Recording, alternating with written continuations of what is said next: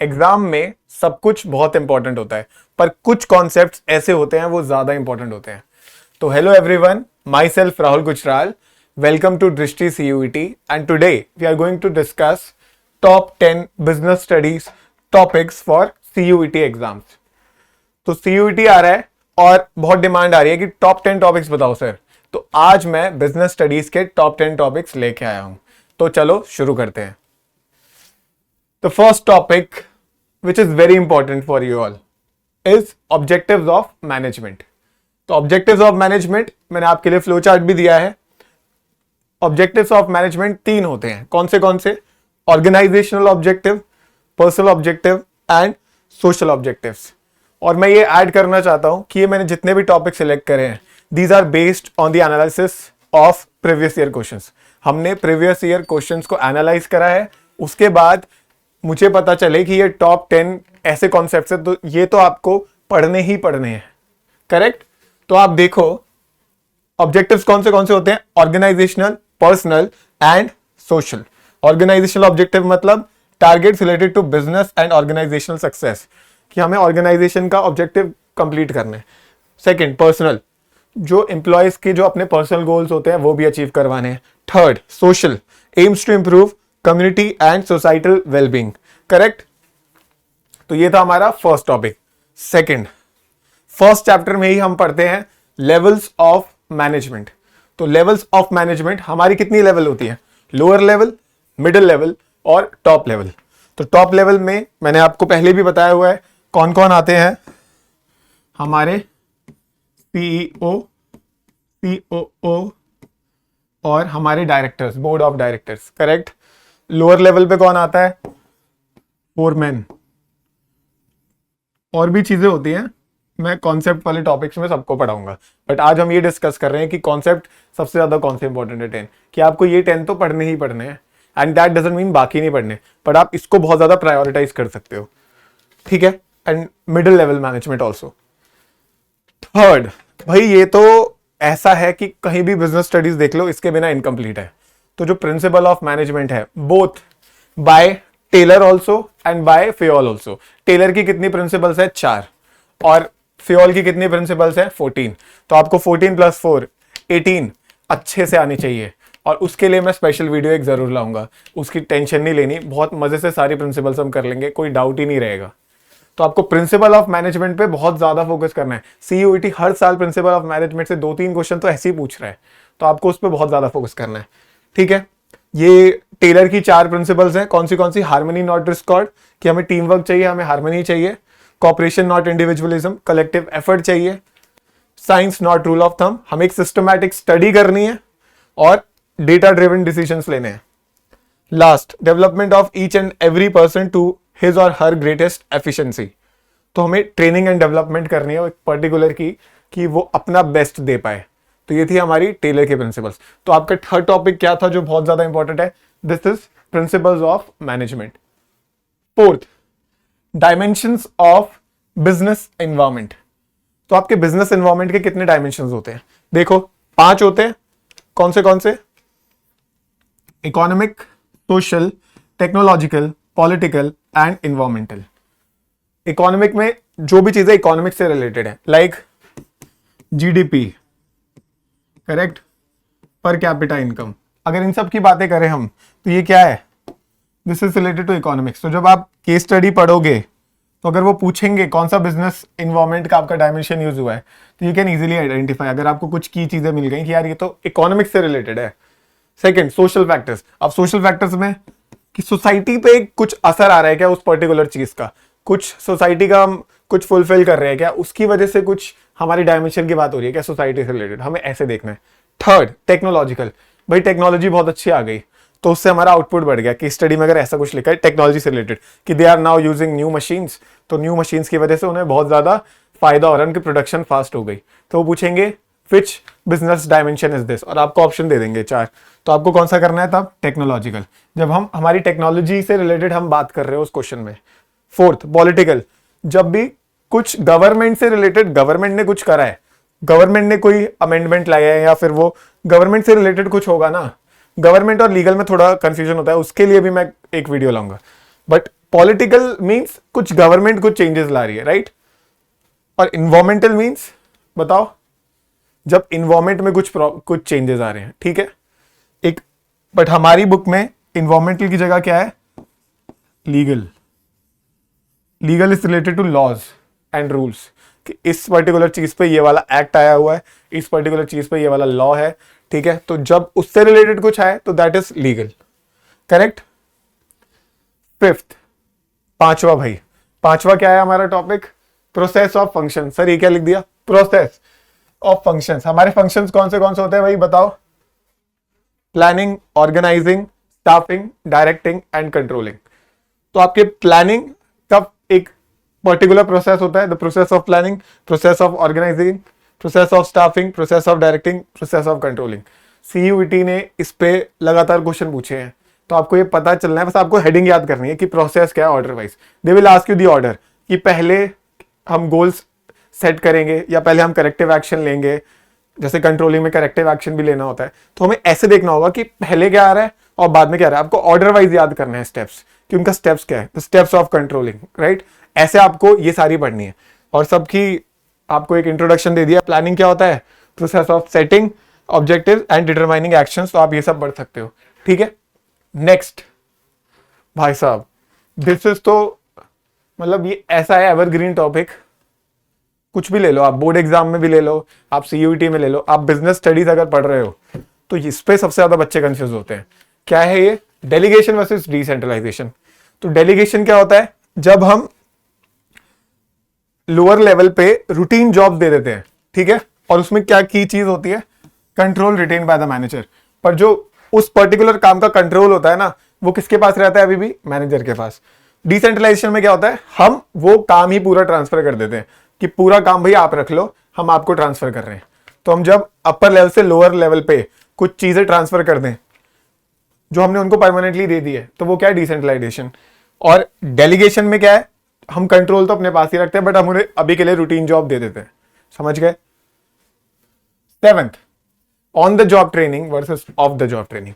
कि भाई जॉब के दौरान आप ट्रेनिंग कर रहे हो और आप जॉब के पहले ट्रेनिंग कर रहे हो, जॉब के बाहर कर रहे हो।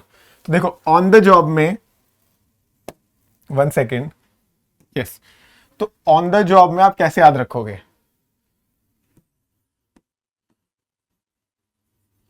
लर्निंग वाइल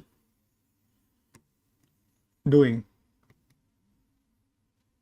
जब आप जॉब को कर रहे हो तब आप सीख रहे हो, करेक्ट? और ऑफ द जॉब में क्या होगा? Learning before doing. तो अगर आपको ये समझ आ गया ना कि ऑन द जॉब मतलब आप जॉब के टाइम पे कर रहे हो, which means learning while doing, और ऑफ द जॉब वर्क इसका मतलब आप जॉब से पहले ही सीख रहे हो चीजें, तो ये क्या होगा? Learning before doing. Okay, next, Maslow's need hierarchy theory. ये आपने बहुत बार पढ़ा होगा। इसमें हमारी 5 नीड्स बताई गई हैं मैस्लो के द्वारा। क्या उन्होंने बोला है? पहले फिजियोलॉजिकल नीड्स, फिजियोलॉजिकल नीड्स, उसके बाद क्या बताई हैं? Safety needs, belongingness needs, esteem needs, self actualisation. Physiological मतलब जो हमारी बेसिक नीड्स होती हैं, ठीक है? खाना, ठीक है, मतलब रोटी, कपड़ा, मकान, ये चीजें क्या है हमारी? बेसिक या फिजियोलॉजिकल। फिर सेफ्टी नीड्स, कि यार मेरे पास जॉब सिक्योरिटी है एक, है ना, इसको बोलते हैं सेफ हूं मैं। बिलोंगिंगनेस, कि यार मेरा कोई बहुत अच्छा फ्रेंड है या बहुत अच्छी फ्रेंड है, मतलब हो सकता है ना, तो वो क्या है? वो है बिलोंगिंगनेस नीड्स, ठीक है? एस्टीम नीड्स, कि यार मुझे ना मेरे बच्चे ना मुझे बहुत रिस्पेक्ट दे रहे हैं, अब दे देना यार थोड़ी सी, ठीक है?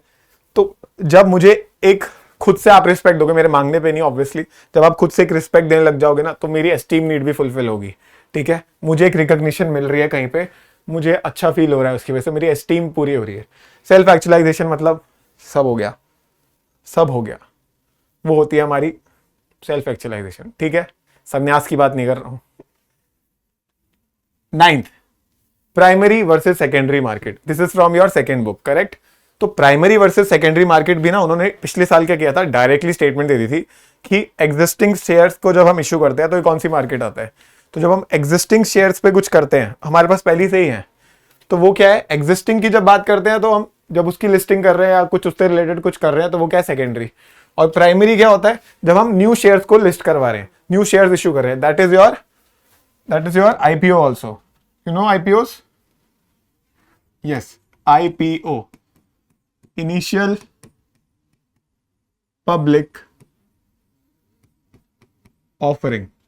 इनिशियल मतलब शुरू की, हम शुरू में पब्लिक को शेयर्स ऑफर कर रहे हैं, तो वो क्या है आपका आईपीओ।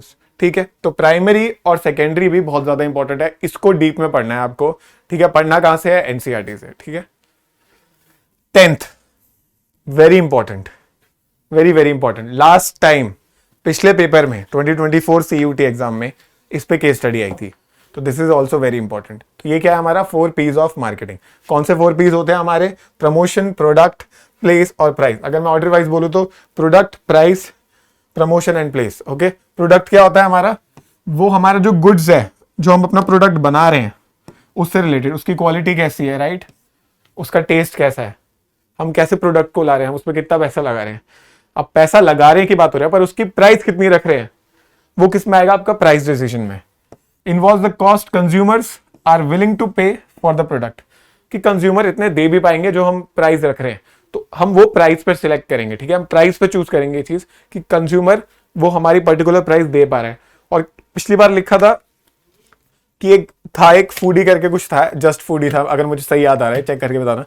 जस्ट फूडी ने बहुत ज्यादा अपना आउटलेट जो ओपन करा, बहुत ज्यादा उसने सब कुछ ध्यान रखा क्वालिटी टेस्ट का, उसकी वजह से वो प्राइस भी हाई चार्ज कर पा रहा था। तो अगर वो क्वालिटी अच्छी रखेगा ना, तो वो प्राइस हाई सेट कर सकता है। मैंने एग्जांपल दिया था मोमोज वाले का, अगर भाई एक मोमोज वाला पसंद आता है ना, तो भाई तुम 10 खोल लो, मे बी हम ट्राई कर ले, पर भाई जाएंगे उसी भैया के पास, भैया मोमोज लगा दो, भैया मेयोनीज डाल दो, भैया चटनी डाल दो, बस हमें आप मोमोज खिलाओ, आपसे ही खाएंगे, आप 10 रुपए बढ़ाओ, हम गुस्सा होएंगे थोड़ा सा, पर आएंगे तो आपके पास ही, और आपसे 5 रुपए का डिस्काउंट भी लेंगे। ठीक है, देते नहीं है वैसे वो, मुझे तो मना कर दिया था, माय बैड। ठीक है, प्रोडक्ट हो गया, प्राइस हो गया, उसके बाद क्या है, place, pertains to the distribution channels used to deliver the product। आप कितने डिस्ट्रीब्यूशन चैनल यूज कर रहे हो जब आप प्रोडक्ट कर रहे हो।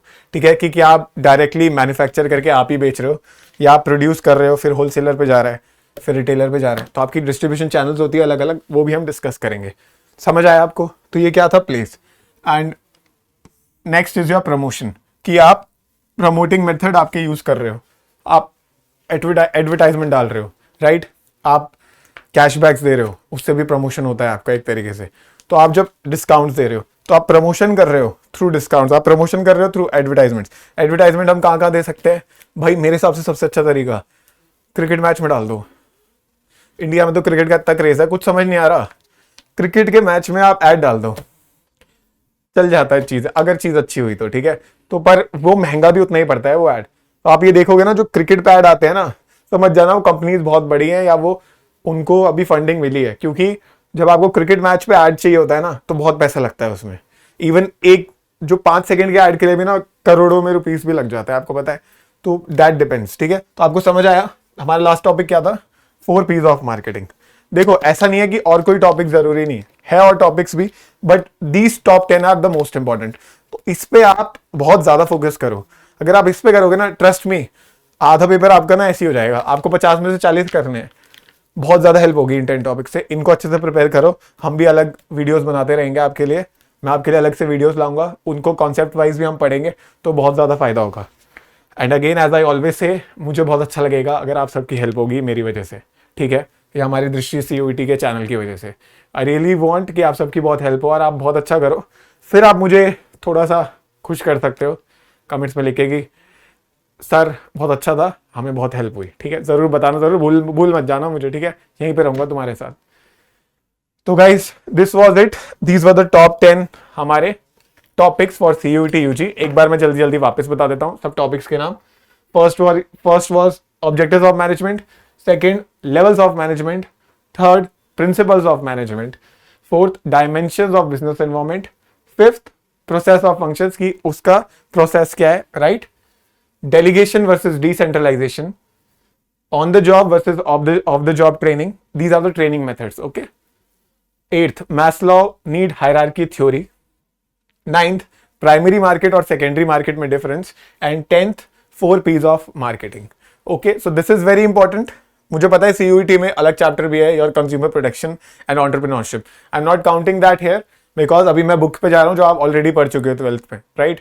उसके लिए मैं अलग से वीडियोस आपके लिए जरूर लाऊंगा, ठीक है। तो ऐसे ही पढ़ते रहो, हम साथ में ऐसे पढ़ते रहेंगे। CUET सबका निकलवा के रहूंगा, टेंशन मत लेना। अगर तुम साथ साथ पढ़ोगे तो सबका निकलेगा, अच्छे मार्क्स लाओगे, पक्का लाओगे, ठीक है। तो हम फिर से मिलते हैं, हमेशा की तरह पढ़ते रहो। Take care, God bless you all, bye.